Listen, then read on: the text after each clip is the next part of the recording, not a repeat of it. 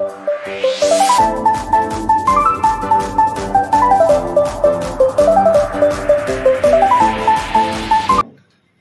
di surga, tiba waktunya bagi kami untuk mendengarkan Engkau berbicara.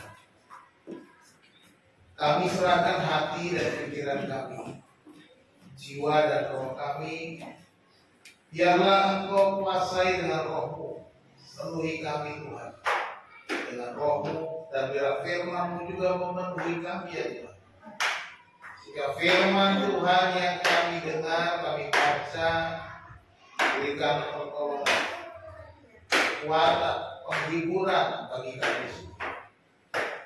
Tambahkanlah iman kami Tuhan untuk melangkah sesuai dengan firman.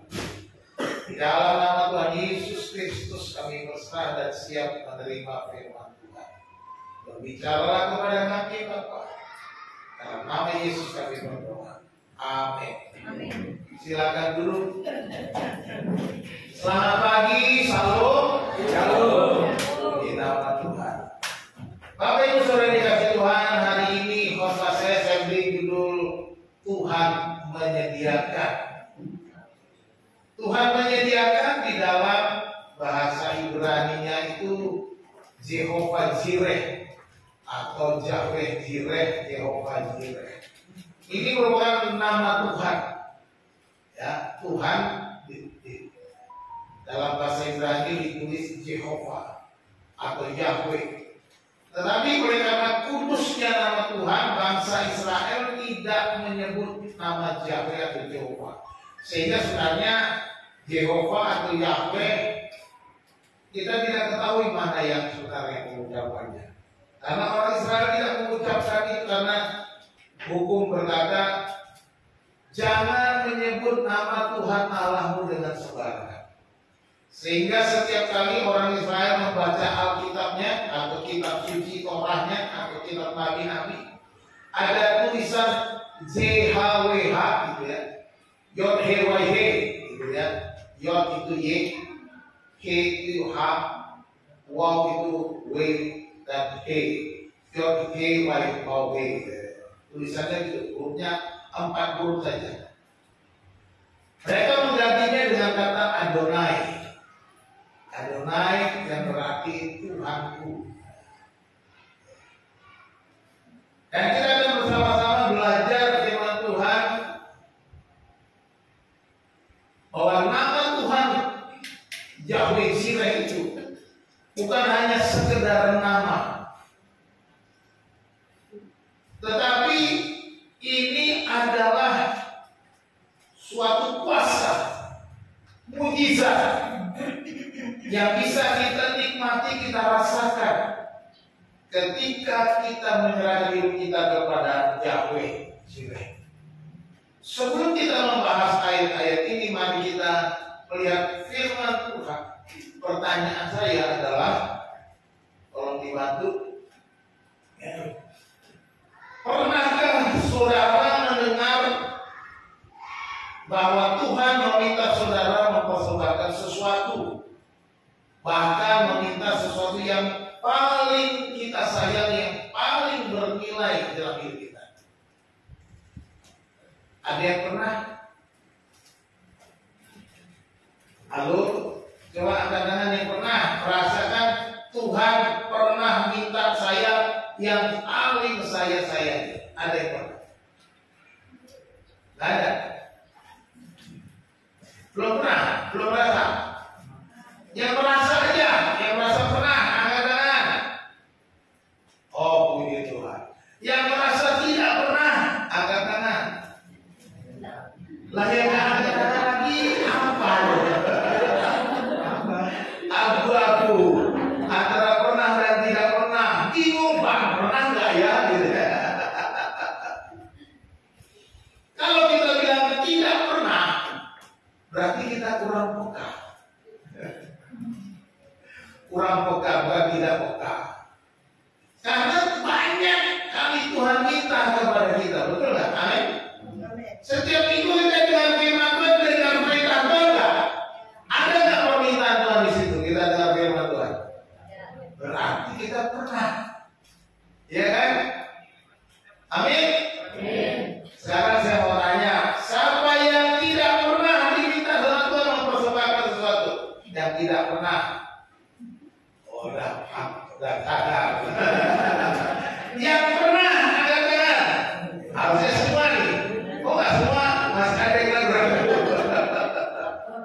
Ya kan? Nah, kalau kita juga pernah, bagaimana? Apa yang kita lakukan? Kita kan pernah. Apakah kita melakukan permintaan Tuhan itu? Itu pertanyaannya.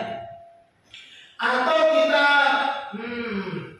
masih mikir-mikir?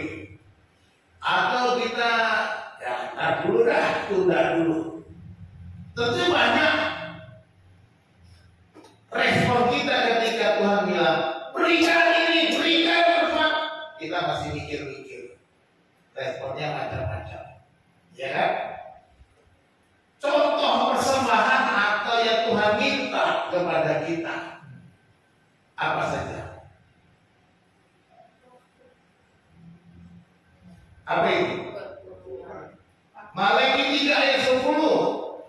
Bawalah seluruh persembahan itu ke rumah perbendaharaan. Disuruh apa? Bawa. Persembahan apa? Kemana? Bukan ke hari-hari, bukan ke Ramayana. Persembahan persembahan itu kemana? Rumah perbendaharaan. Jangan pergi bawa uang persembahanmu ke Ramayana, ke Solaria. Jangan. 10%-nya bawa ke rumah perbendaharaan. Ini perintah, tetapi banyak kali orang melakukan ini. Banyak kali orang berpikir 1000 kali. Mau melakukan enggak? Mau bawa enggak? Enggak. Tapi ini perintah enggak? Perintah, bawalah semua Tuhan nyuruh bilang. Ya kan? Tapi respon setiap orang pasti berbeda-beda. Ada yang mau melakukannya dengan tekun dan setia. Ada yang mikir-mikir, ada yang mengurangi, ya Tuhan janganlah 10%, 1% aja. Diskon lah Tuhan. Saya aja kalau belanja pakai cari diskon kok Tuhan. Kali-kali Tuhan kasih diskon. Kita maunya begitu. Kira-kira gitu ya. Wah, enak banget itu. Saya gaji 10 juta, berarti 1 juta ke gereja. Banyak bener. Banyak gak 1 juta? Enggak banyak. Giliran kita gaji 100 juta, 10 juta ke gereja. Wah, berat juga. Berat memberinya, bukan berat untuk keluarnya. Karena kalau punya 100 juta, saudara kasih 10 juta bawa kepada Tuhan, 90 jutanya saudara masih bisa happy kan? Cukup gak bersekeluarga bersebulan 90 juta? Ada yang kurang 90 juta sebulan? Saya aja cuma 3 juta sebulan cukup. Apalagi 90 juta. Saya mungkin tiap bulan saya ke Singapura kalau 90 juta. Kalau saya punya gaji sudah. Ya kira-kira seperti itu. Tetapi seringkali kita berpikir macam-macam. Sedangkan di ayat Tuhan Yesus bilang apa? Lukas 6 ayat 30. Berilah dan kamu akan diberi. Berilah dan kamu akan diberi. Kemarin kami survei tempat untuk raker kebun TK. Survei tempat lalu kami makan sore, makan siang, makan sore. Lalu setelah selesai makan, saya bayar. Guru saya bilang, Pak jangan dibayar, saya yang bayar. Oh nggak boleh. Masa kamu terus yang diberkati, kapan saya diberkati? Karena dikatakan lebih berkat memberi daripada menerima. Berilah dan kamu akan diberi. Jadi kalau kita memberi, pasti kita akan menerima dan diberi lagi. Tapi kita bilang ini nggak masuk akal. Bagaimana Pak? Saya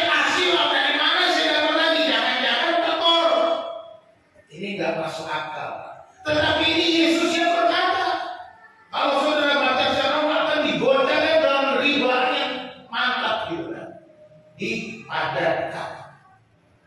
Ya. Berilah dan kamu akan diberi. Ya. Itu adalah perintah. Bentar lagi kita Natalan. Ya, ada janji iman. Janji iman saat kita merayakan Natal atau Paskah atau bagian dari permintaan Tuhan sebab gereja adalah tubuh Kristus. Kalau kita sudah putuskan janji iman, itu perintah Tuhan enggak? Perintah Tuhan. Yang ini. Karena kita sudah kumpul rapat untuk oke setuju, oke mari kita janji iman. Ya kan? Dengan mau memberi kepada Tuhan. Kan begitu. Nah, kita kan bersama-sama belajar bagaimana Jehovah Jireh, Tuhan menyediakan itu, menyatakan kuasa dan mujizat yang luar biasa. Bagaimana supaya kita mengalami mujizat pemeliharaan Tuhan, penyediaan Tuhan. Kita baca Kejadian pasal 22 ayat 7 dan ayat yang ke-8. Kejadian 22 ayat 7 dan 8 berbunyi demikian. Lalu berkatalah Ishak kepada Abraham ayahnya, Bapak, sahut Abraham, ya anakku. Bertanyalah ia, di sini sudah ada api dan kayu. Tetapi di manakah anak domba untuk korban bakaran itu? Sahut Abraham, Allah yang akan menyediakan anak domba untuk korban bakaran baginya anakku. Demikianlah keduanya berjalan bersama-sama. Pertanyaan Ishak, B, ini udah ada api dan kayu, B, tapi kita katanya mau mempersembahkan korban ke gunung ini, B. Tapi mana anak dombanya, Be? Kok kita nggak bawa anak domba? Harusnya kan kita kalau bawa mau persembahan harus bawa dombanya. Tapi Abraham dengan entengnya berkata, Allah yang akan menyediakan anak domba untuk korban bakaran baginya anakku. Allah yang menyediakan apa yang akan dikorbankan oleh Abraham. Pagi hari ini saya mau katakan kepada kita, Allah akan menyediakan apa yang akan saudara persembahkan kepada Tuhan. Katakan amin. Pegang baik-baik. Jadi jangan takut melangkah. Tapi bagaimana kuncinya supaya kita mengalami mujizat ini? Itu yang penting. Ada 3 kunci berkat agar Tuhan menyediakan. Kita akan belajar bagaimana Abraham percaya Tuhan menyediakan keperluannya. Yang pertama yang kita harus ingat bahwa memberi dengan setia. Memberi dengan setia. Abraham menjadi orang yang setia kepada Tuhan. Perhatikan, kita melihat bahwa perjalanan hidup Abraham memang naik turun. Dia dipanggil dari Ur Kasdim, dari negeri orang kafir, dari tengah-tengah orang penyembah berhala, tetapi Tuhan memanggil Abraham, tinggalkanlah negerimu, tinggalkan sanak saudaramu, pergilah ke negeri yang akan kutunjukkan kepadamu. Abraham mendengar suara secara verbal. Didengar. Berbeda dengan orang-orang di sekelilingnya yang menyembah berhala, tidak pernah mendengar Allah yang berbicara. Ada patung-patung itu berdiam diri dan tidak pernah berbuat apa-apa. Tetapi Abraham mendengar sebuah suara secara jelas, pergilah tinggalkan negerimu supaya kau pergi ke suatu negeri yang akan kutunjukkan kepadamu. Pada waktu itu usianya sudah 75 tahun. Zaman itu 75 tahun masih gagah perkasa. Ya. Sarah atau Sarai istrinya ya terpaut 10 tahun jadi 65 tahun. tapi masih bahenol, masih cantik. Pergilah dia berangkat bersama istrinya dan Lot keponakannya. Sampai di tanah perjanjian. Dia pergi meninggalkan kampung halamannya. Sampai di tanah perjanjian, dia ada tak terjadi kelaparan dan dia pergi ke Mesir. Dan kemudian dia di sana berkompromi dengan Sarai yang cantik. Nanti kalau sampai di Mesir, kamu jangan bilang istriku, mendingan kamu ngaku adikku aja. Jadi mas, nggak apa-apa. Toh memang adik secara sepupu, ya kan? Kenapa mas? Nanti takutnya kamu diambil orang, aku dibunuh karena nasir sama kamu. Kalau nanti kamu ngaku adikku kan aku aman katanya.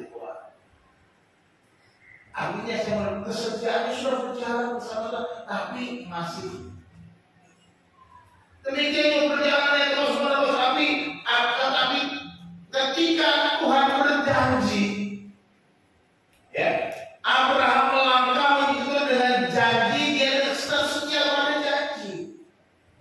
Ya. Dia percaya janji Tuhan, dia setia janji Tuhan. Kejadian 12 ayat 1 sampai 3 itu janji Tuhan.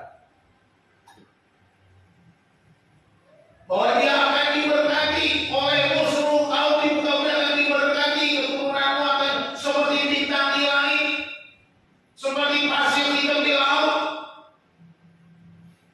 Dia melangkah dan akhirnya dia menanti pada usia 100 tahun baru mendapatkan seorang anak laki-laki dari Sarah istrinya. 25 tahun menunggu, setia. Dalam keadaan kondisi 25 tahun menunggu, dia bisa saja putus asa. Ini suara yang kudengar, mungkin ada suara sesuatu yang tidak bisa dipercaya. Ketika aku mengikutinya setahun, 2 tahun, 3 tahun, 5 tahun, 7 tahun, mana jadi mana keturunan yang dikatakan seperti bintang di langit. Tapi Abraham setia ikut Tuhan. Abraham setia sampai mendapatkan seorang anak dari Sarah itu sesuai dengan janji Tuhan. Dari kesetiaan Abraham diuji selama 25 tahun. Apakah kita tetap setia? Orang Batak itu hati-hati. Istrinya gak punya anak, itu katanya waduh. Dan dia ada istrimu katanya. Jangan sampai. Apa yang sudah dipersatukan Allah tidak boleh diceraikan manusia. Jadi kalau saudara menceraikan istrimu, menceraikan suamimu, berarti itu bukan manusia. Ya kan? Tidak boleh diceraikan manusia. Kalau saudara menceraikan, berarti saudara nggak merasa manusia. Kalau saudara manusia, jangan ceraikan. Itu aja. Jadi kesetiaan Abraham diuji 25 tahun, dia bisa saja lari dari panggilan, dia bisa saja ini Tuhan tidak pernah tepat janjinya, Tuhan tidak mau melakukannya, tetapi dia setia selama 25 tahun berjalan bersama Tuhan. Dan di puncak imannya, Tuhan minta persembahkan anakmu yang tunggal itu. Dia setia.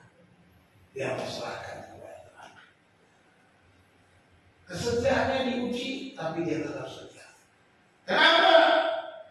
Kalau bangsa-bangsa pada waktu itu mempersembahkan anak kepada dewa-dewa atau allah-allah mereka, itu biasa. Dan seharusnya itu melanggar. Abraham bisa bilang, oh Tuhan ini seperti Tuhan yang lain, seperti bangsa-bangsa yang tidak kenal Tuhan. Seperti penyembah berhala itu, kok mempersembahkan anak? Bisa saja Abraham, tapi dia kata kesetiaannya Dia mau menuruti apa maunya Tuhan. Jadi kalau kita mengalami mujizat berkat Tuhan menyediakan, setia apa yang Tuhan mau, setia dalam perjalanan imanmu, setia dalam perjalanan hidupmu, setia kepada tanpa mengeluh, protes, dan lain sebagainya. Sekarang pertanyaannya yang kita perlu evaluasi, mengapa kita memberi kurang M-nya? Apa? Mengapa kita harus memberi? Mengapa kita memberi? Ada bermacam-macam alasan orang memberi. Apakah kita ingin mencari keuntungan? Kan dikatakan kita berdoa kata paling ketiga seperti tadi, dan ujilah aku bukan aku akan membuka tiga langit untuk mencurahkan berkat bagimu. Berilah kamu akan diberi. Kita mau dari keuntungan. Oh, kalau saya memberi maka saya dapat kembaliannya. Ini kita seperti dagang dengan Tuhan, mau cari untung. Memberi itu bukan karena cari untung, tapi karena kesetiaan. Amin. Jangan cari untung. Kalau soal untung itu pasti untung, tapi nggak usah pikirkan keuntungan, tapi lakukan dengan kesetiaan. Bukan karena motifnya untuk cari keuntungan, untuk cari dapat yang lebih besar, bukan itu. Keliru kalau kita memberi untuk dapat yang lebih banyak dari Tuhan. Makanya ada banyak orang kecewa. Saya pernah dengar cerita orang kecewa, mungkin saya pernah ceritakan bolak-balik. Ada seorang bapak katanya, ini saya dengar sendiri dengan telinga saya nih, bukan cerita kok. Pak, saya mau nanya soal perpuluhan katanya. Saya rajin kasih perpuluhan waktu yang lalu katanya. Dulu saya perempuan rajin kasih perpuluhan, tetapi Pak, ketika saya rajin kasih perpuluhan, kenapa saya nggak diberkati? Saya mau betulin genteng rumah aja, saya nggak punya uang katanya. Selalu kekurangan. Akhirnya katanya, saya berhenti juga kasih perpuluhan dengan harapan uangnya saya kumpulin untuk betulin genteng. Akhirnya dia nggak kasih perpuluhan lagi, dia berhenti, dia mau betulin, tapi juga tidak bisa betulin genteng. Uangnya nggak tahu habis kemana. Dan akhirnya saya kembali kasih perpuluhan sampai hari ini Pak. Tapi kok saya nggak bisa betulin genteng saya sampai hari ini. Pertanyaannya seperti itu. Perhatikan baik-baik, Bapak ini memberi perpuluhan, betul nggak? Betul. Tapi tujuannya untuk apa? Betulin genteng, mencari untung. Berpikir kalau Tuhan kasih roh nanti ada gantinya begitu. Hati-hatinya tidak sepatunya memberi perpuluhan dengan kesetiaannya kepada Tuhan. Tapi mengharapkan Tuhan ganti lalu saya betulkan genteng saya. Saya berani ganti lalu saya bisa ganti mobil saya. Bukan itu. Motifnya benar. Kita harus memberi dengan karena kita setia, beri dengan setia. Apa yang Tuhan mau lakukan dengan setia. Ya. Ada juga orang memberi untuk mencari hormat dan nama, mau jadi disebut seorang dermawan. Ini motif-motif yang salah. Jangan kita memberi supaya orang lain lihat kita memberi. Apalagi yang saya pernah zaman dulu itu suka dengar itu. Dan diumumkan dong perbulan saya. Kok ini kaya? Kalau sudah bawa perbulan bawa untuk bertanggung tanya. Kalau sudah keberatan baru memberi perbulan, tak usah memberi. Itu aja. Memberi persembahan ke depan ini kalau sudah datang berapa itu, tak usah kasih. Tuhan tidak kekurangan uang. Tuhan bukan orang miskin seperti kita. Tuhan tidak memeras saudara, bukan dia seorang pemeras. Bukan. Tuhan bukan seorang debt collector sehingga dia memaksa saudara. Tidak. Dia tidak perlukan itu semua. Tetapi dia mau kesetiaan kita sebagai orang percaya.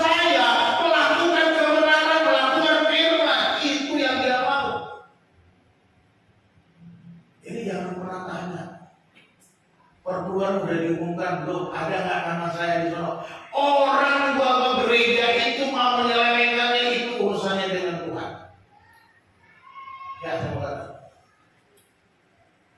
gereja itu nggak akan diberkati kalau menyelewengkan. Puji Tuhan, gereja kita transparan soal keuangan, terbuka, tidak ada yang ditutup-tutupi. Ya. Puji Tuhan, perpuluhan tidak saya pakai untuk beli mobil saya. Perpuluhan di Medan berbendahara. Kalau saudara keberatan dengan bendahara, saudara melamar, Pak, saya yang jadi bendahara. Asal saudara bertanggung jawab, saya siap menggantinya.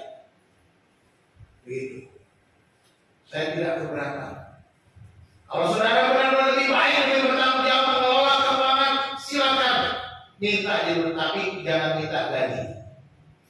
Saya jangan digaji, saudara minta gaji.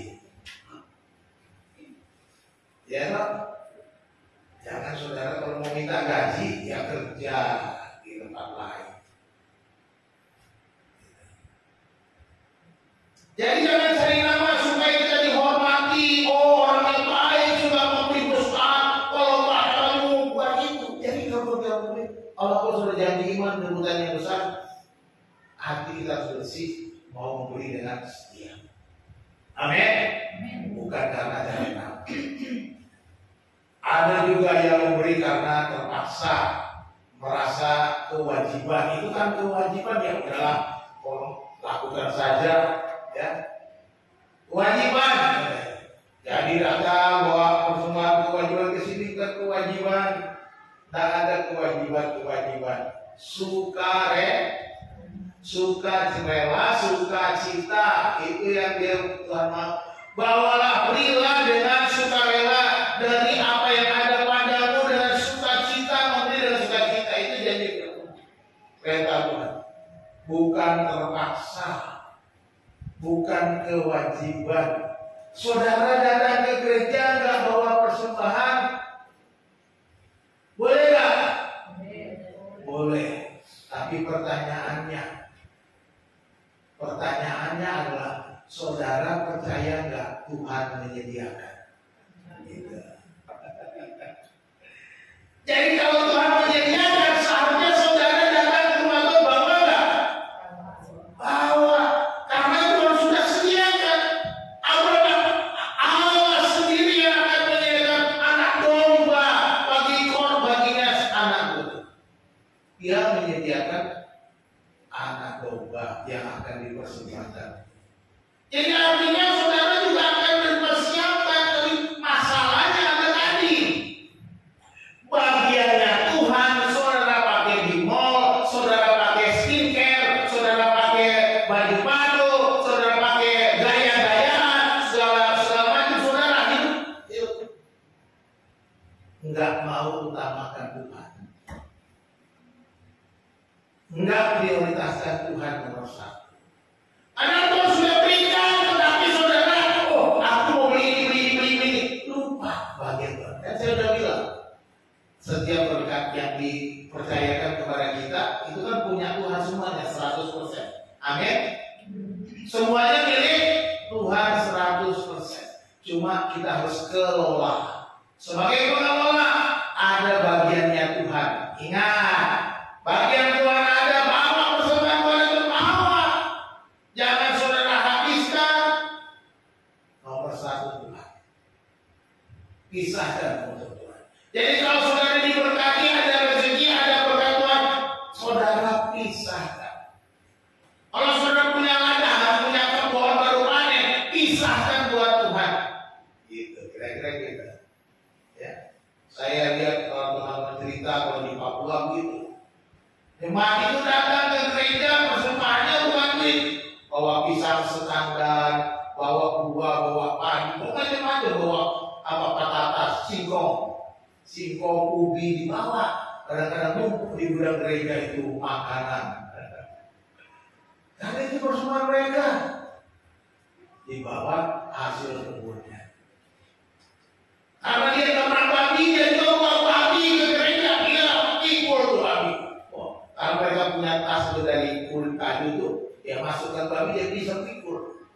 Itu orang Papua. Dia bawa ke gereja. Hidup-hidup dibawa. Kalau di sini jangan bawa babi hidup, babi makan aja. Ya kan, jangan karena terpaksa sukarela ya. Jadi ini kita memberi jangan karena terpaksa. Yang salah lagi, ini formalitas sebagai orang beragama supaya kelihatan orang alim, orang beragama, ya bawa persembahan. Jangan. Bawalah karena kita setia kepada Tuhan. Setia kepada janji Tuhan. Abraham menjanjikan bahwa kamu akan mendapat, dia setia. Udah dapat anak, ya Tuhan bilang kasih ke sini, dia setia, dia kasih lagi. Nah itu dia. Ya. Itu yang pertama perlu kita perbaiki. Jadi memberi karena kesetiaan. Yang kedua, memberi dengan ketaatan atau taat. Ayat 2 kan itu perintahnya, ya. Abraham diperintahkan supaya mempersembahkan Ishak, anaknya yang baru diberikan oleh Tuhan setelah umurnya 100 tahun. Anaknya baru bertumbuh, lagi lucu-lucunya, lagi gemes-gemesnya, lagi menyenangkannya. Abraham lagi wajahnya begitu ceria, bahagia, wah dapat anak satu, anak semata wayang. Anak semata wayang baru satu. Tuhan jadi berapa? Tuhan jadi berapa? Keturunannya sebanyak bintang di langit, sebanyak pasir di tepi laut keturunanmu. Tapi baru satu, tiba-tiba Tuhan, berapa? Kayaknya lo lagi happy, Bram. Iya Tuhan, terima kasih Tuhan. Aku sudah dapat anak baru satu. Ntar aku nanti yang lainnya Tuhan sesuai janjimu. Kira-kira ini ajaran. Wah, ini Bram, gue pengen anak lu bersesuaian ke gue. Gimana Bram? Hatinya mungkin terkejut. Kok Tuhan minta? Pasti ada perasaan. Tetapi kita lihat ini, langsung ayat 3 berkata, keesokan harinya pagi-pagi bangunlah Abraham. Nah ada komennya Abraham. Pagi-pagi bangunlah Abraham, dia memasang pelana keledainya dan memanggil 2 orang bujangnya beserta Ishak anaknya. Ia membelah kayu dan kayu untuk korban bakaran itu. Lalu berangkatlah ia dan pergi ke tempat yang dikatakan Allah kepadanya.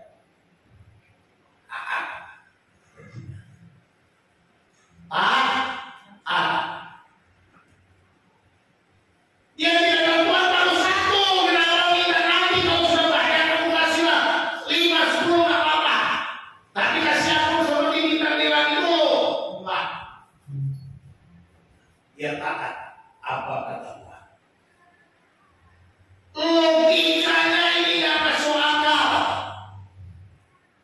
Bagaimana mungkin mempersembahkan anak yang sudah memberikan aku kebahagiaan?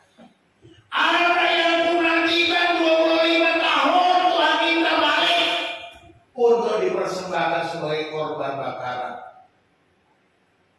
Tapi Abraham taat perintah Tuhan. Kenapa dia taat? Karena imannya sudah naik. Levelnya sudah nggak seperti dulu, takut istrinya diambil orang, nggak ada takutnya lagi.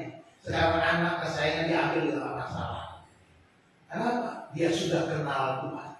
Dia sudah berjalan 25 tahun dengan Tuhan. Artinya dia sudah kenal dengan Tuhan. Seberapa lama saudara berjalan dengan Tuhan? Seberapa lama saudara bersama-sama dengan Tuhan? Apakah saudara mengenal Tuhan dengan baik? Apakah saudara mengenal Dia secara pribadi? Apakah saudara mengenal Tuhan itu dengan betul-betul ingat Tuhan yang mengasihiku, yang tidak pernah ingkar janji, Tuhan yang akan memeliharaku, Tuhan yang akan menyediakan apa yang kuperlukan. Abraham sudah mengalami itu. Dalam perjalanannya, sekalipun dia kadang-kadang tidak taat seperti yang saya katakan tadi, dia pergi sana, dia tidak mau mengakui sama istrinya, tetapi Tuhan tetap memberkatinya. Dia makin bertambah kaya. Sampai ketika bersama keponakannya Lot kaya, dia kaya, para gembala-gembala mereka bertengkar. Ya. Abraham ketika berbicara kepada Lot, daripada tertamu dan gembala kita, sekarang pilih saja. Kau mau ke kanan, aku ke kiri. Kau ke kiri, aku ke kanan. Mana yang kau pilih? Sebagai seorang pemimpin pada waktu itu, Abraham bisa Lot, bawa tuh anak buahku ke sebelah sana. Jangan ganggu wilayah gue. Dia punya hak itu. Tetapi yang dilakukan Abraham adalah, lo pilih, kau mau ke kanan, aku ke kiri, kau mau ke kiri, aku ke kanan. Dia serahkan, Tuhan bekerja. Ini adanya. Dan ketika Tuhan bilang, persembahkan anakmu yang tunggal itu ke gunung yang akan kutunjukkan, ke gunung Moria, di tempat sana nanti kau persembahkan dia. Abraham tidak babi bebo. Abraham tidak tawar-menawar. Abraham tidak membantah Tuhan, tetapi dia taat. Dia pergi tidur dengan tenang dan rasa nyaman, tidak stres. Gak bisa tidur nih, pusing nih. Gimana dari besok ini? Tidak, tapi dia bangun dari tidurnya pagi-pagi benar. Artinya dia bisa tidur nyaman. Saudaraku, kalau saudara kehilangan seseorang, saudara bisa tidur nyaman enggak? Saudara, saya rasa saya pun juga nggak bisa tidur dengan tenang. Pikiran kesana kemari, stres, dan kemudian lambung pun asam lambung naik. Kira-kira gitu. Tapi Abraham tidur dan dia bangun pagi-pagi. Dia pasang celana keledainya. Dia panggil bujangnya 2 orang. Dia panggil Ishak. Dia belah kayu dan siapkan di atas keledai. Mereka berangkat berjalan ke gunung yang Tuhan tunjukkan. Taat. Karena dia percaya Tuhan menyediakan. Karena pengalaman hidupnya menyatakan Tuhan tidak pernah menyakitinya. Tuhan tidak pernah gagal dalam rencananya. Ini yang dia pegang. Sehingga dia taat. Saudaraku, kalau kita nggak kenal Tuhan dengan baik, kita nggak bisa taat. Tapi kalau saudara taat, berarti saudara sudah kenal Tuhan. Kalau saudara nggak mau taat dengan Tuhan, di pertanyaan, apakah saudara kenal dengan Tuhan? Pengalaman hidup saudara dengan Tuhan dipertanyakan. Jangan-jangan saudara lebih banyak membantah Tuhan daripada ketaatan kepada Tuhan, sehingga saudara tidak kenal Dia dengan baik.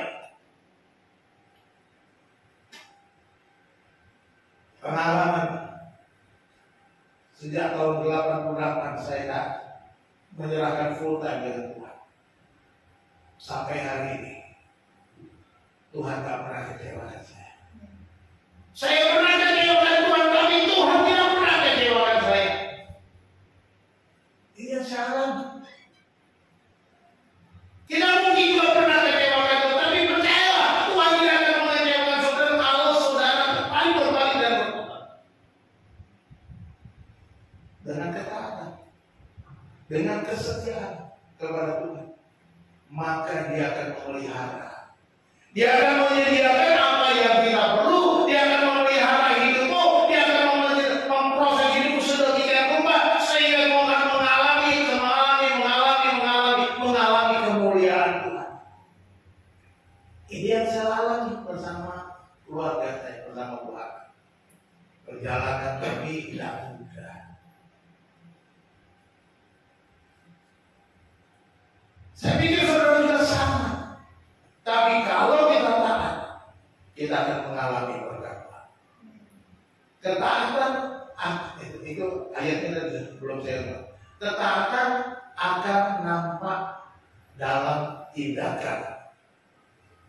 Perhatikan Abraham, dia tidak mencari alasan, tidak mendebat Tuhan akan janjinya. Kalau kita mendengar perintah Tuhan, memberi, jangan debat sama Tuhan. Siapa kita mau berdebat dengan Tuhan? Siapa kita mau protes kepada Tuhan? Kita tidak ada apa-apanya. Ketaatan akan nampak dalam tindakan kita ketika kita melakukannya. Kita juga tidak akan memikirkan kepentingan kita sendiri. Itu tindakan kita. Bukan kepentingan kita sendiri, kesenangan kita seperti apa dia tidak mementingkan dirinya. Inilah yang menunjukkan ketaatan mengalahkan ego.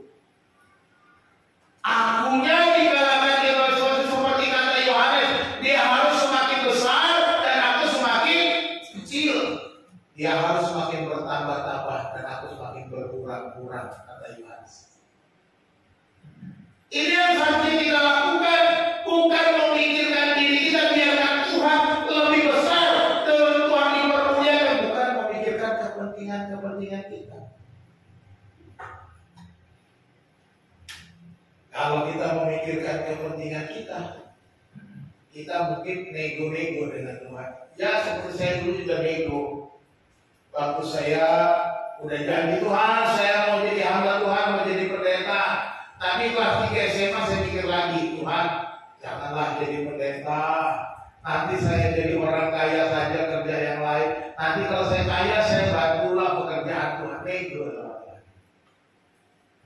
Gak taat saya sama panggilan pada waktu itu.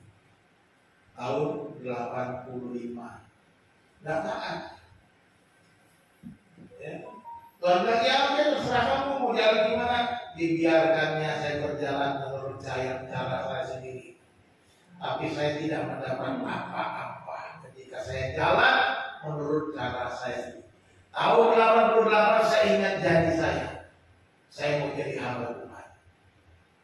Langsung saya bilang, Tuhan saya mau tobat, saya mau jadi hamba Tuhan. Saya datangi seorang hamba Tuhan, Pak, saya mau jadi hamba Tuhan, mau jadi pendeta, mau sekolah Alkitab. Di mana Pak? Tahun 88. Saya ditawarkan kerja tahun 88, 89 sebelum saya berangkat. Karena tahun 89 saya berangkat kuliah. Tapi saya ditawarkan kerja, saya bilang kepada abang saya yang kerja, Pak, saya nggak mau kerja, saya mau jadi pendeta, saya mau sekolah Alkitab. Kamu yakin? Yakin Bang. Ya sudah berangkat. Saya kalau udah nggak mau lagi main-main sama Tuhan. Karena apa? 4 tahun saya buang sia-sia, nggak dapat apa-apa.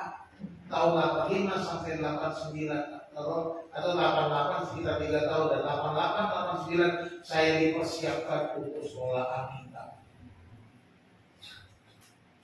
Ya. Pada waktu itu Bapak rohani saya, hamba Tuhan yang saya datangi bilang, kamu yakin mau sekolah Alkitab? Yakin. Kalau kamu yakin mau jadi pendeta? Yakin. Kamu mau nggak sekolahnya tahun depan? Apa saya bilang?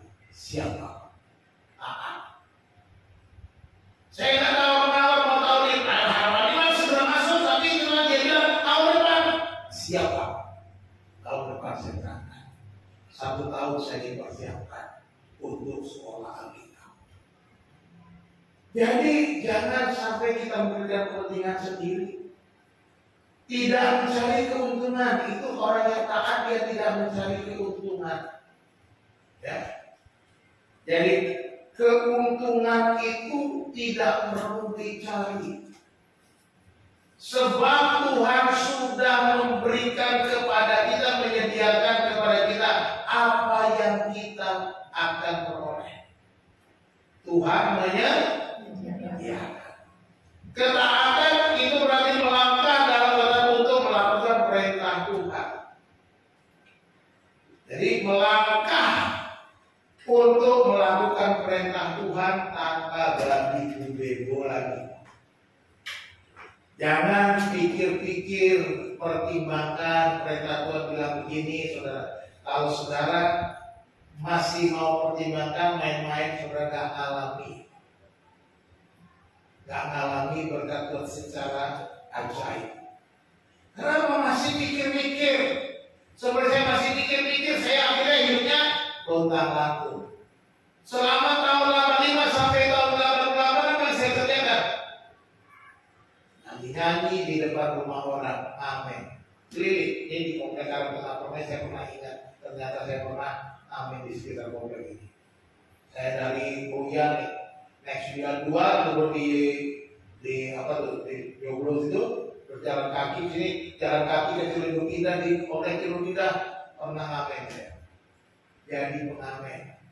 Aku tak mau jikalau ada ini nyanyi begitu kan, dari lagu nyanyi tidak ada.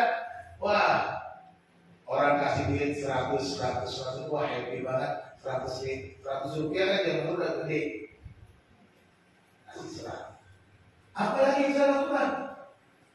Orang-orang saya bis buat lulus di Blok M, jualan koran. Karena saya nggak mau jadi hamba Tuhan, nggak jadi orang kaya juga. Tapi padahal itu yang Tuhan biar saya jadi pengusaha, jadi orang kaya supaya saya nanti bisa bantu Tuhan. Coba aja dari cara lo sendiri, jadi tukang koran. Mending kalau perkoran itu koran keliling juga naik terus, nah pokoknya naik bis kalau ke Grogol kan naik Gapadi, Blok M Grogol. Wah, obat-obat naik Metro Mini, obat dulu naik jualan koran, ngamen, itu yang saya lakukan. Dan terakhir agak lebih bagus. Akhirnya karena saya lihat saya itu lakukannya, jualan koran, ngamen lah. Akhirnya tuh ada anak mau les, kamu les tuh anak orang kaya sana. Ya akhirnya saya ngajar les lumayan dapatnya. Ya. Pergi les anak orang kaya, rumahnya kayak istana, suaminya pelaut, ya, istrinya pelaut juga. Maksud saya dia pergi kemana-mana dengan suami orang. Suaminya lagi melaut, dia juga melaut dengan suami orang. Gitu. Saya suruh ngelesin anaknya.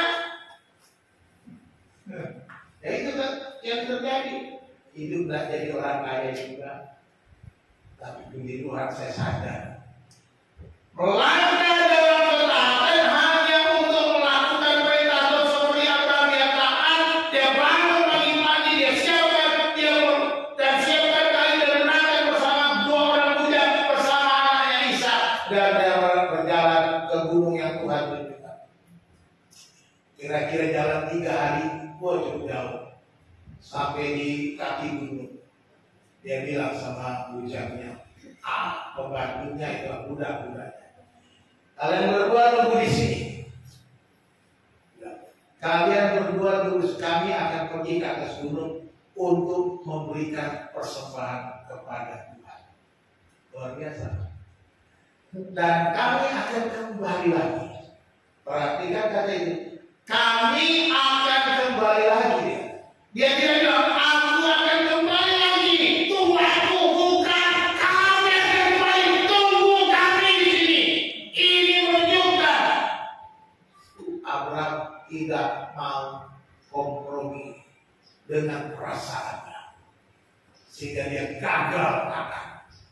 Dia tidak mau kompromi dengan kepentingannya, sehingga dia taat kepada Tuhan. Inilah yang harus kita lakukan di dalam kehidupan kita.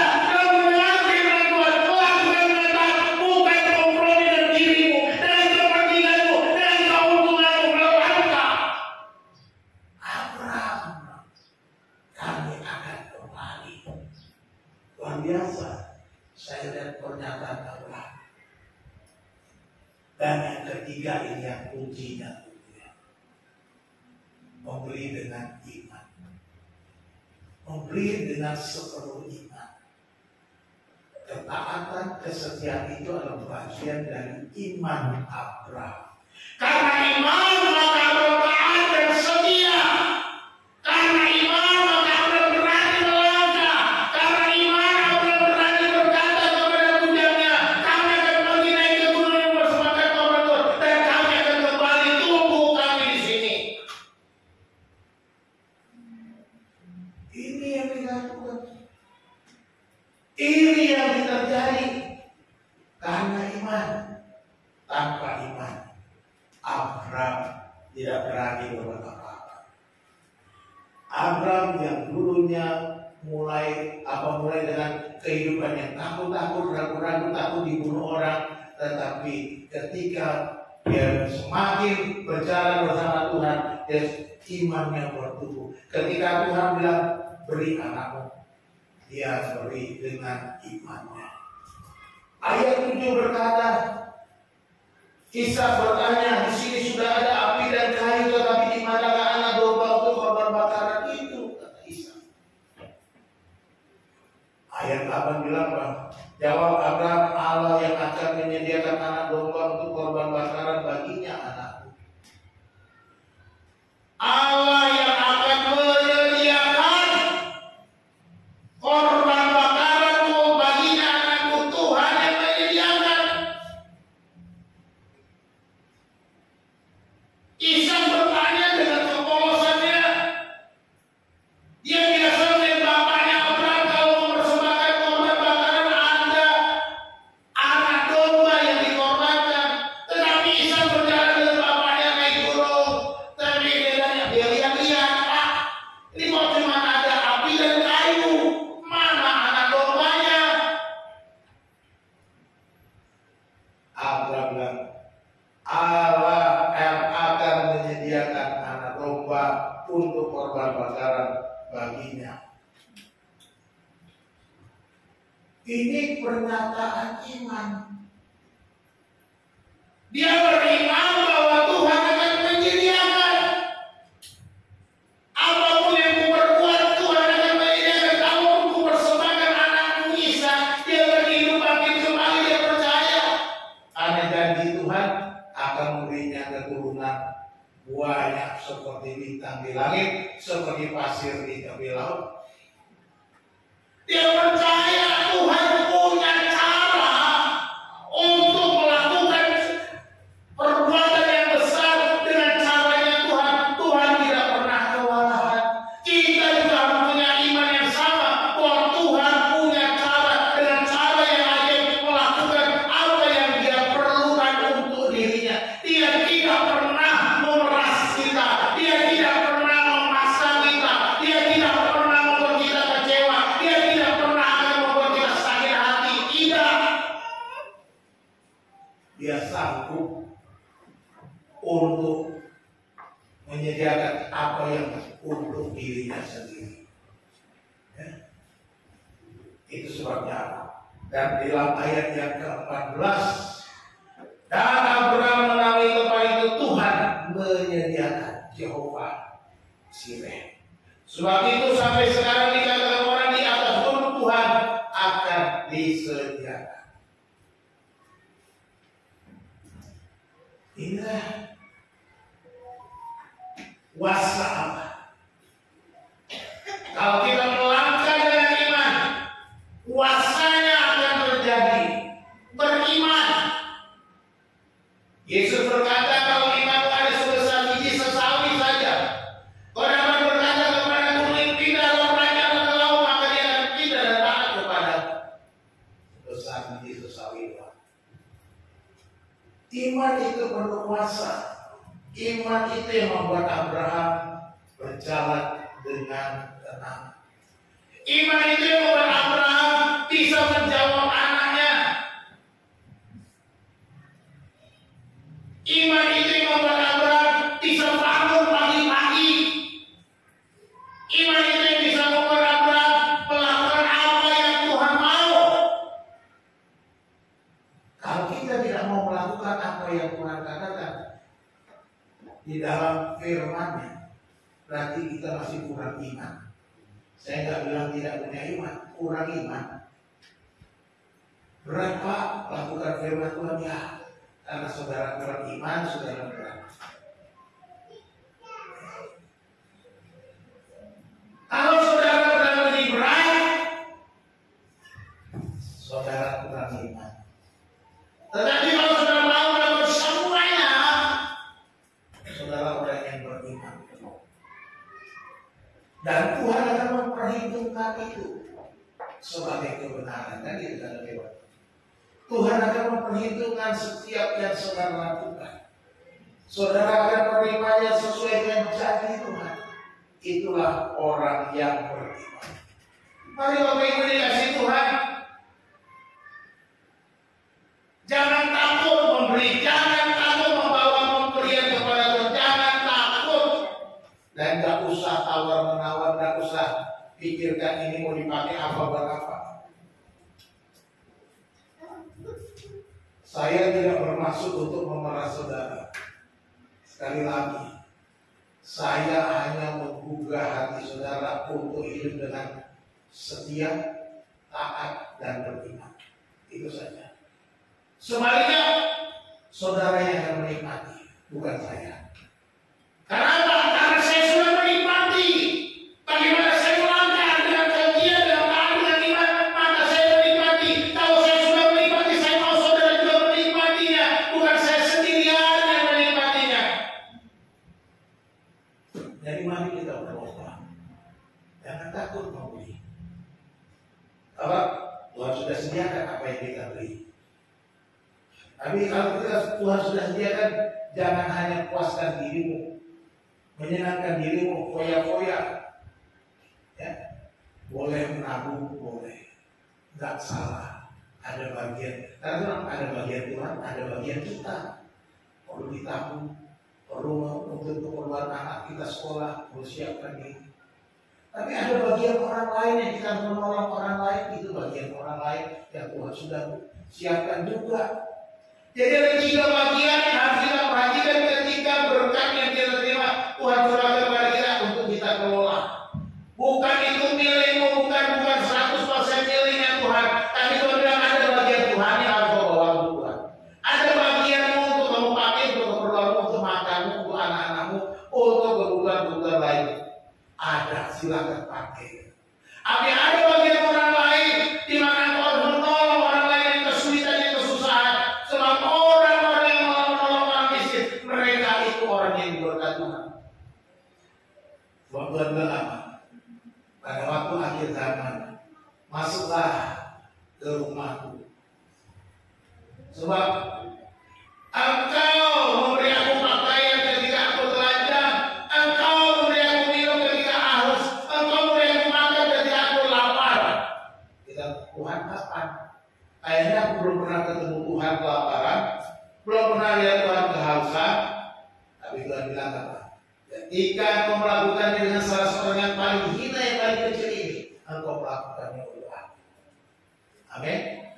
Ketika kita melakukan untuk orang-orang kesulitan, kesusahan, kita melakukannya untuk Tuhan. Di sanalah kita diuji. Bagian mereka apakah kita mau makan juga. Saudara dikasih Tuhan, ini diperlukan iman. Tanpa iman, saudara akan habisi semuanya. Tanpa iman, saudara ini wah, hasil keringatku, hasil kerjaku, hasil gajiku, aku berhak memakai semuanya. Ya, kau berhak memakai semuanya karena sudah diberikan kepadamu. Tapi ingat, berkatmu cuma segitu aja, nggak nambah-nambah. Karena ketika kita memberi, kita akan diberi dengan takaran yang dipadatkan. Artinya sampai tercurah tertumpah lagi. Ini artinya orang ada berkat yang berlipat. Ini diperlukan apa? Iman. Amin. Iya. Diperlukan iman, kita harus amin. Jadi jangan lupa.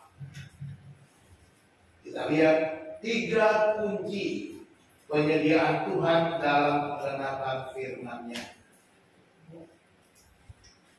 Belum. Tuhan, ini. Ya, Tuhan menyediakan apa yang kita perlukan. Percayalah bahwa Tuhan menyediakan apa yang Dia minta. Kedua, Tuhan menguji iman kita untuk kita dapat melihat penggenapan janjinya. Ya. Jadi sebuah ujian untuk menggenapi janji. Terkadang Tuhan menyediakan apa yang kita perlukan dalam pemberian. Ketika kita memberi, Tuhan sediakan. Kita harus percaya bahwa Tuhan menyediakan apa yang Dia minta. Ya. Ketika kita mau memberi, seperti perintah atau berilah, maka Tuhan sudah sediakan. Yang kedua, Tuhan menguji menguji iman kita untuk kita dapat melihat menggenapkan janjinya. Iman kita diuji. Seperti Abraham diuji selama 25 tahun untuk menggenapi janjinya.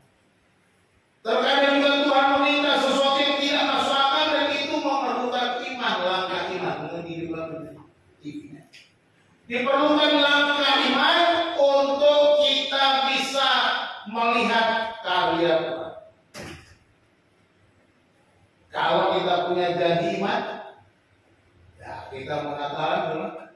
Janji iman kita ada, percaya dengan iman dan mujizat akan terjadi. Kalau kita sudah percaya dengan iman, mujizat akan terjadi. Tuhan menyediakan, amin. Tuhan menyediakan apa yang kita perlukan. Tidak ada yang tidak diberikan, tidak disediakan. Jadi kalau kita bilang nggak bisa bawa, Pak, nggak bisa saya bawa, Pak. Kenapa? Gaji saya kecil, Pak. Habis untuk keperluan rumah tangga, Pak. Pasti kita udah kita. Gaji kecil habis untuk keperluan rumah tangga. Saudara lihat, seorang janda di Safat ketika bertemu dengan Elia, apa yang dia lakukan? Elia bilang, tolong buat aku sebuah roti bundar kecil. Perempuan itu bilang, aku baru saja mau pulang kayu bakar dan mau pulang ke rumah. Dan di rumahku ada sedikit tepung dan sedikit minyak. Aku mau buat roti bundar untuk kami makan bersama anakku. Dan setelah itu kami mati. Kata perempuan itu. Karena tidak segitu aja. Makan satu kali dan besok tak makan lagi. Tapi Elia berkata, kalau begitu buatkan dulu untukku, baru nanti kau buat untuk dirimu. Perempuan itu pun membuat sebuah roti bundar kecil untuk Elia. Ketika dia taat, dia beriman, maka terjadilah mujizat. Minyak dalam buli-bulinya tidak habis, rotinya tepungnya tidak habis-habis. Dia bisa makan tiap hari. Anaknya cukup tak kelaparan. Kalau perempuan itu berpikirnya, daripada kasih dia mendingan aku makan lumayan bertahan 1 hari 2 hari. Karena cuma ada segini. Sorry Pak, aku nggak bisa kasih buat kamu. Dia berpikir, tapi kalau dia habiskan untuk dirinya dan anaknya, memang betul berapa hari kemudian nggak bisa makan dan mati. Tapi oleh karena dia beriman, dia melangkah membuat roti bundar untuk sang nabi, maka dia dipelihara Tuhan. Ini yang harus kita ingat. Bagian Tuhan jangan sampai kita lupakan. Sekecil apapun penghasilanmu, bagi buat Tuhan, utamakan Tuhan, maka dia akan melipat gandakan yang sisanya, melipat gandakan penghasilanmu. Ini diperlukan IMAN, iman. Tanpa iman gak bisa. Kalau saudara masih ragu-ragu, ya itu pengalaman berlalu dengan Tuhan dipertanyakan. Jangan-jangan saudara ikut Tuhan 10 tahun, pengalamannya hanya sedikit saja, karena nggak pernah melakukan firman Tuhan. Kesimpulannya, 3 kunci penyediaan Tuhan dalam menggenapi firman-Nya. Ya. Yang pertama, memberi dengan setia. Memberi dengan setia. Hari Jumat kemarin juga kita belajar tentang kesetiaan juga. Kita harus setia menantikan penggenapan janji Tuhan supaya dia setia menanti. Walaupun harus nunggu lama, tetap setia dengan Tuhan. Tuhan itu setia, maka kita pun harus setia mengikuti Dia. Yang kedua, supaya kita melihat mujizatnya, kita memberi dengan taat. Gak usah protes sama Tuhan. Gak usah pikirkan apakah saya besok makan atau tidak. Saya selalu sama Tuhan begitu. Tuhan, kalau kami besok nggak makan ya nggak apa-apa. Tuhan berikan kami kekuatan. Dan pernah Nggak ada makanan lagi buat besok. Hanya tinggal hari itu, sore itu makan malam kami terakhir, perjamuan terakhir. Doa saya malam itu, Tuhan, besok kami sudah tidak ada beras. Kalau Tuhan izinkan kami puasa, berikan kami tempat untuk berpuasa sampai ada beras, sampai kami bisa punya makanan. Kalau Tuhan tidak izinkan kami, berikan kami beras segera. Pagi-pagi Tuhan beri beras. Tuhan bilang, kau nggak usah puasa dulu, nanti aja. Kau masih kurus sekarang, nggak kuat puasa. Ya waktu itu baru nikah, berat masih 48 kilo, ya masih kurus kering. Si Putra aja, masih Putri lihat foto saya waktu masih itu. Ini foto siapa Pak? Nggak kenal, sama bapaknya nggak kenal. Saking lucunya bapaknya itu, kurusnya itu nggak kenal. Ini foto siapa? Ini foto papi. Oh lucu lain gitu ya. Nggak kenal bapaknya. Bayangkan. Jadi perlu taat aja. Tapi saya mengalami mujizat ketika saya taat apa yang difirmankan Tuhan itu. Sekalipun tidak masuk akal dan mustahil, lakukan firman Tuhan dengan taat. Ya. Tuhan bilang persembahkan anakmu.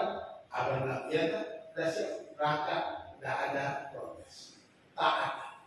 Yang ketiga memberi dengan iman. Ya. Setiap mujizat hanya terjadi karena iman. Melangkahlah dengan iman. Percayalah Tuhan sanggup menyediakan kekuatan kita dan yang akan kita persembahkan. Dia sanggup. Dia yang menyediakan persembahan kita. Dia yang menyediakan apa yang kita makan. Dia yang menyediakan apa yang kita bawa ke hadapannya. Dia yang menyediakan. Jadi jangan pernah ragu. Berimanlah kepada Tuhan. Saya sekarang suka membawa suatu ibarat di dalam firman Tuhan dikatakan di dalam Amsal 3 ayat 9 sampai 10. Muliakanlah Tuhan dengan hartamu dan dengan hasil pertama dari segala penghasilanmu. Muliakan Tuhan artinya membawa persembahan kepada Tuhan. Maka lumbung-lumbungmu akan diisi penuh sampai berlimpah-limpah dan bencana pemerahanmu akan meluap dengan air buah anggurnya. Utamakan Tuhan, muliakan Tuhan. Ini yang saya alami. Ketika kami mulai dengan pelayanan, semua hidup kami serahkan untuk Tuhan. Bahkan uang kami pun kami serahkan untuk Tuhan, untuk bekerja. Tidak ada perhitungan untung rugi. Saya percaya Tuhan akan ganti. Itu bagiannya Tuhan. Itu iman. Karena saya hanya berserah pada Tuhan. Kalau besok nggak makan ya nggak apa-apa. Yang penting saya berikan untuk Tuhan. Tapi ini janjinya terbukti. Lombong-lombong akan diisi penuh sampai berlimpah-limpah dan bencana pemerahanmu akan meluap dengan air buah. Ini yang terjadi. Itu yang saya alami. Jadi mari kita jangan takut melangkah dengan iman. Amsal 3 ayat 9 dan 10 ini firman Tuhan. Mau mengalaminya, lakukan dengan iman. Ini ada catatan dari suatu, saya kutip dari Google. Berikan apa yang berharga. Jadi jangan beri asal-asalan. Sama seperti kita menghargai setiap pemberian Tuhan dalam hidup kita. Kalau saudara menghargai pemberian Tuhan yang saudara terima, berikan yang berharga. Perhatikan, ingat kisah Kain dan Habel. Kain memberikan yang sekedarnya saja, tetapi Habel memberikan yang terbaik dari ternaknya, yang terbaik, yang paling berharga. Demikian juga Abraham, dia memberikan yang terbaik untuk Tuhan. Ketika Tuhan serahkan anakmu, dia berikan inilah yang terbaik untuk Tuhan. Aku serahkan juga Tapi dia mengalami mujizat. Inilah yang harusnya kita alami tiap hari. Jangan memberi kepada Tuhan asal-asalan. Bawa persembahanmu dari rumah, siapkan, lihat uangnya, mau ngasih 10.000, ada 2 lembar 10.000, satu sobek-sobek, satu masih bagus, sobek-sobek dari Tuhan. Kita pernah nggak pikir gitu? Nanti kita nggak melakukannya untuk Tuhan. Kok sudah ditutup sih? Saya belum tutup, kok saya suruh berhenti ya?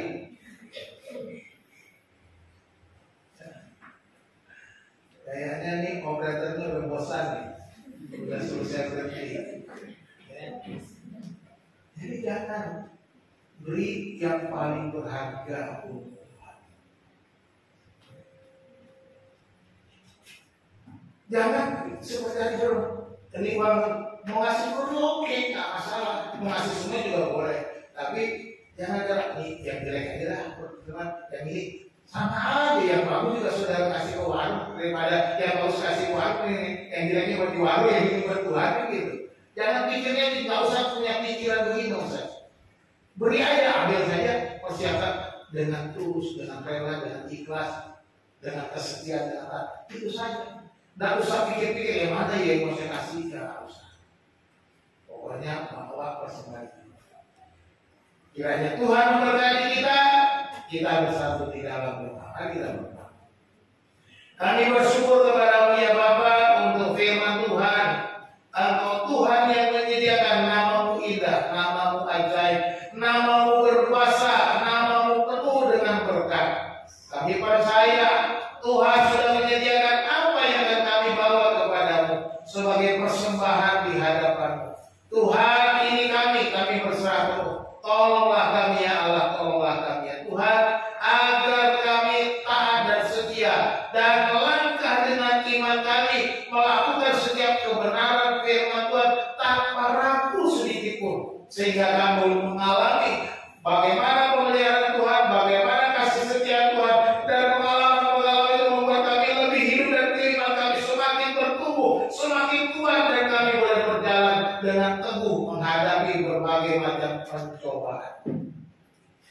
Terima kasih Tuhan untuk firman-Mu. Terima kasih untuk kebenaran yang kami baca dan kami dengar.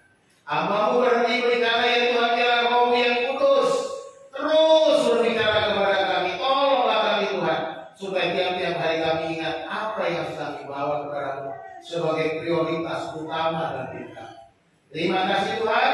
Kami mengucap syukur dan berdoa dalam nama Yesus Tuhan kami.